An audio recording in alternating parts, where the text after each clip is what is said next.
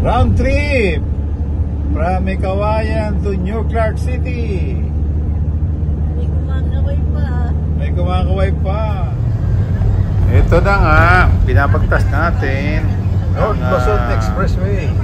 papasok sa Isentex, Tapos tinusok na. na kung saan nakikita nyo naman na napakalaki ng development at improvement. Ito po yung improvement sa Northern Luzon, na kung saan ginagawa sa ngayon po ay sinasagawa at ginagawa ang New Clark City. Nakikita nyo ang ating mga kalsada, malinis, at kasalukuyang ginagawa. Ito po ay napakaluwag ng traffic, maganda at maliwalas. So, nakikita nyo naman, kayo na magsasabi kung maganda ba o magandang maganda. So dito po boom ngayon ng real estate. Sa mga nagpaplano at nagbabala kumuha ng real estate property, dito po ngayon sa papuntang norte, mag-umpisa sa Capas, Bamban, San Jose, Tarlac. Ito po ang halos nakakasakop na bayan sa New Clark City.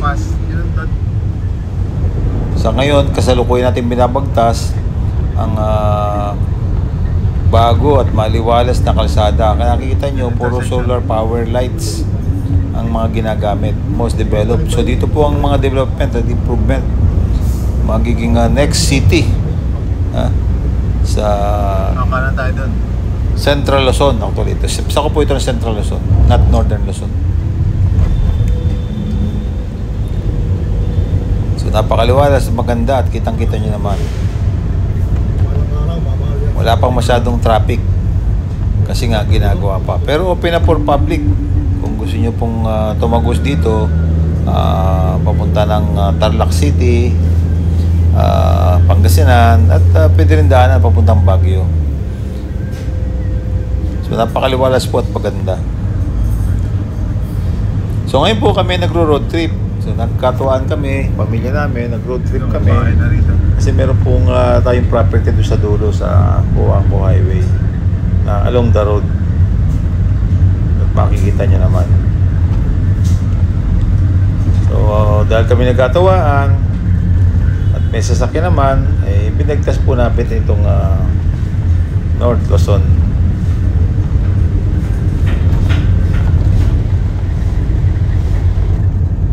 Pati naman panahon ay sumang-ayon sa magandang panahon, sumasang-ayon sa ating paglalakbay para sa ating pangkalahatang kaligtasan. So magandang panahon, hindi umuulan, malamig ang simoy ng hangin at malinis ang simoy ng hangin. Urban city, malapit sa urban, malapit sa rural areas, kaya sariwang hangin po. So, unlike in Metro Manila, napaka-congested na po. Dito, maluwag pa. At napakaganda. Maganda para sa mga, lalo na sa mga nagkakaedad na kamukha natin. Magandang simoy ng hangin, malinis sa simoy ng hangin na ating malalanghap para sa magandang kalusugan. Malinis na kapaligiran. At halos ang kapaligiran ay kabukiran pa. So, sa ngayon, kabukiran, pero sometime time will come, magiging na po itong fully developed kasi nga po tuloy-tuloy na po ang pagpapaganda.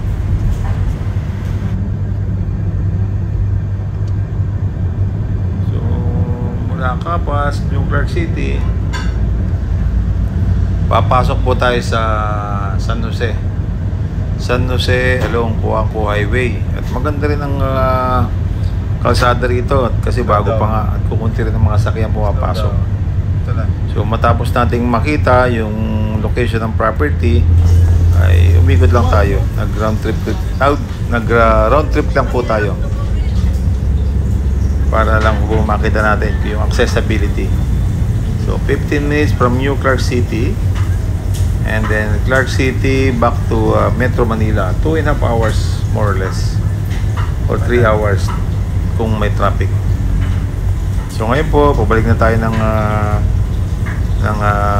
Metro Manila.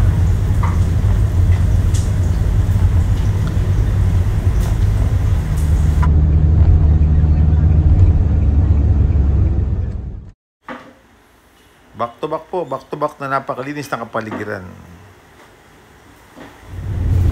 Ang aming po captain.